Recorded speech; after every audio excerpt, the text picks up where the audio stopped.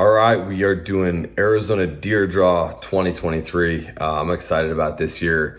It's a great rain year, great precipitation year for every animal that is alive in Arizona this year. We've had a lot of winter rain and snow in various climates and in the West just in general, but Arizona's been really good last 2 years. So the elk and the deer populations are awesome and healthy. So let's jump right into this next video, which is unit 6A and 6B. So this is a situation where unit 6A actually has two different seasons. So species different seasons. So unit 6A has a mule deer season and it has a Coues whitetail season. In the regulations, it will just say whitetail deer. That refers to Coues deer. So all of you guys that don't quite understand or are from different states or are like, hey, what's Coues deer? Because I do have that question come up every single year is like, do you guys have eastern whitetail deer? We do not have eastern whitetail deer.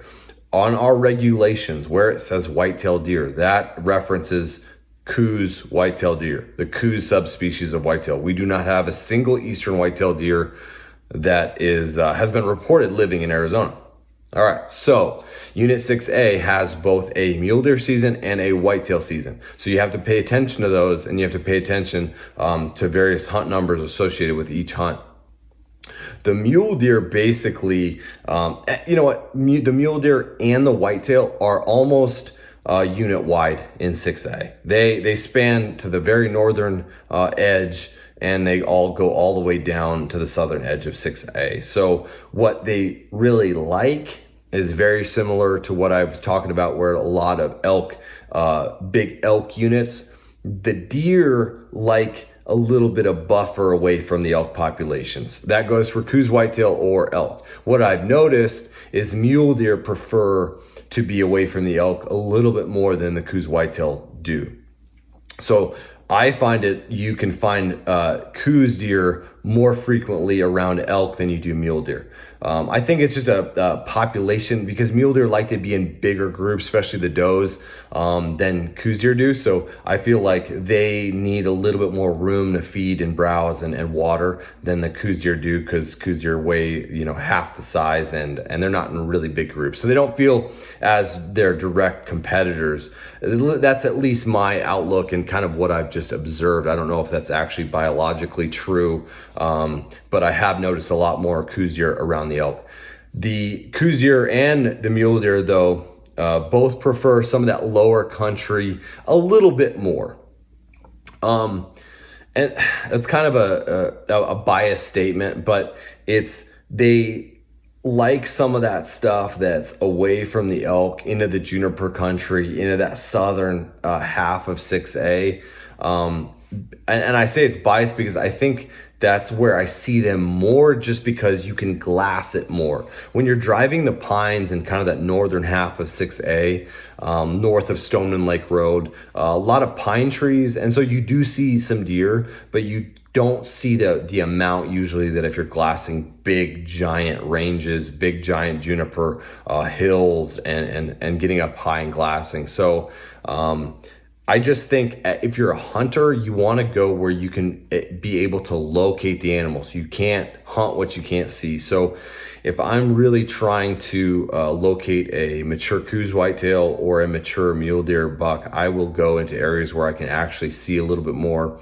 We cannot use cameras anymore, but we can still check water and do that way. But by locating them with your glass and higher elevation stuff in some of that lower sections, some of those lower sections in 6A, I think is the best way to actually get a buck patterned or a group of bucks patterned if you have a tag in your pocket. So the Verde River too, it runs kind of on that 6A, that western 6A border. And that's a really good place for both mule deer and Coues deer. You have to watch out for public and private land. The majority of 6A is national forest. It's Coconino National Forest. But you do have some private stuff that you need to be careful in 6A and really understand what you can cross and what you can't if you're hunting.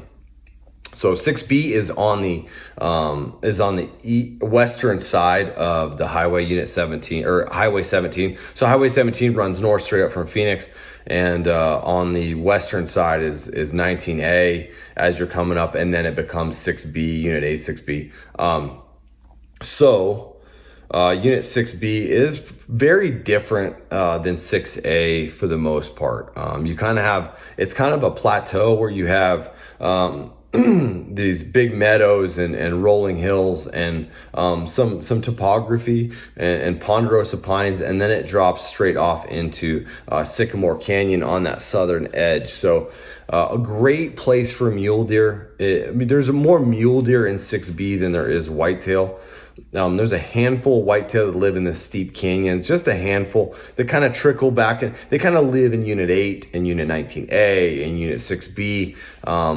There's not a big population of whitetail in 6B, where 6A has a substantial population of whitetail that live in that lower, for the most part, in that lower elevation stuff. So 6B actually offers a pretty cool hunt that is one of the few hunts that is a muzzleloader deer hunt that I think is an awesome opportunity for somebody that doesn't have a lot of bonus points, and you can hunt deer, and you can hunt bucks that are can be pretty big. You know, there's some big bucks that get killed out of 6A, big mule deer and Coues deer in 6A and 6B. It's not a highly popularized unit just because it doesn't have like the name Kaibab National Forest attached to it, or it's not known for giant 30-inch, non-typical deer.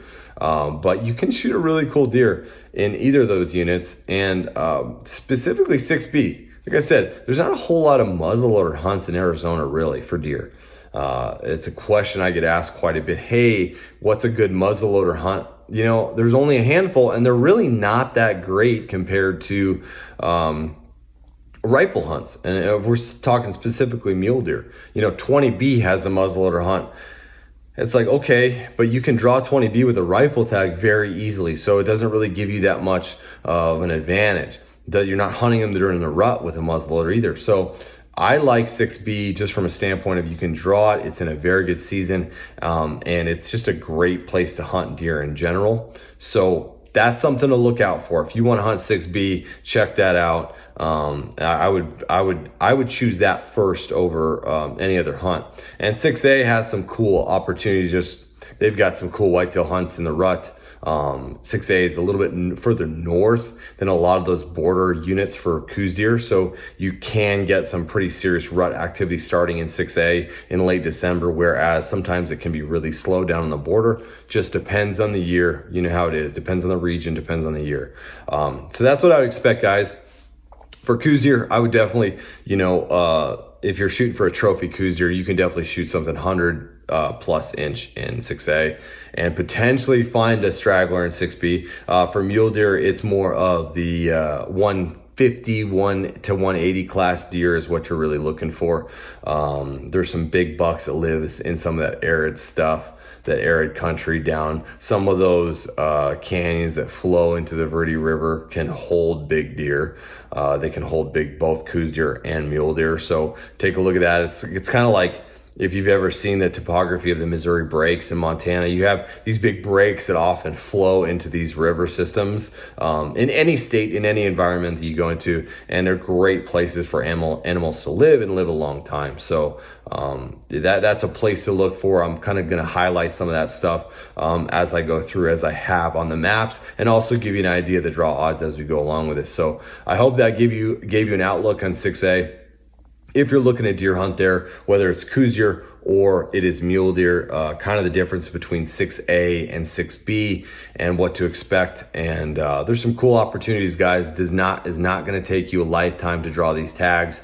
You can be hunting in some of these units almost every year as a non-resident, and similarly as a resident as well. If you approach it and put down the right numbers from year to year, and don't try to shoot for the moon and try to just go for these crazy trophy tags, which may or may not be the best decision for you. I personally like hunting more frequently which in my mind gives me a better chance of shooting something bigger if I'm hunting more, rather than just trying to draw something every 15 years and hope I find something big 1 week in 15 years, if that gives you a perspective. I'd rather be out hunting every week, or a 1 week every single year. It's days in the field is what I'm trying to get at. So my days in the field are 7 days in 15 years. What are the odds of me shooting something really big? Not very good. Versus, let's say I hunt every 3 years for 10 years, that puts me at 27 or 21 to 28 days in the field to look for something big. I think that gives me a better option. Obviously, genetics region, what to expect. You can't go into some of these units expecting something that's just not going to be there. There's just not going to be the amount of giant non-typical stuff that you can't find in other units where you do wait that long and it is worth throwing all your chips in. Anyway, sorry to get off on the tangent of hunting more frequently. I'm just excited because Arizona deer is a lot easier to draw than in some of these units than it is Arizona elk. So hope that helped, guys. Coming back with some more videos. Obviously, I'm giving it unit by unit breakdown and kind of giving you guys an idea of draw odds and kind of where to start and what to expect. All right, guys, take it easy. We'll talk to you soon.